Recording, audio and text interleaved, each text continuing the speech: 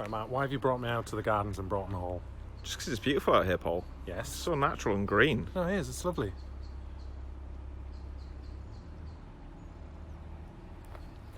But I mean, look at that. It's amazing. Yeah, what are you trying to do?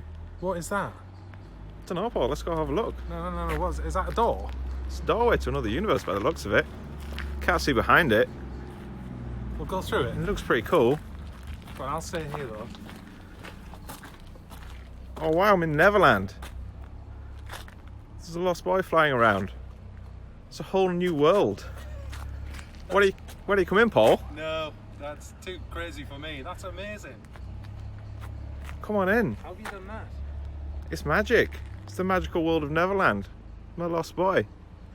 And the mermaids. Everyone's here, Paul. Everyone's having a good time. That's too weird for me, man. Look what you're missing out on though, Paul. It's amazing. It does look so good. Okay, I'll come in. Come join the fun. It'll work with both of us going in. Oh wow. This is amazing. What's that noise? Oh wow, look at the tree house. It's amazing.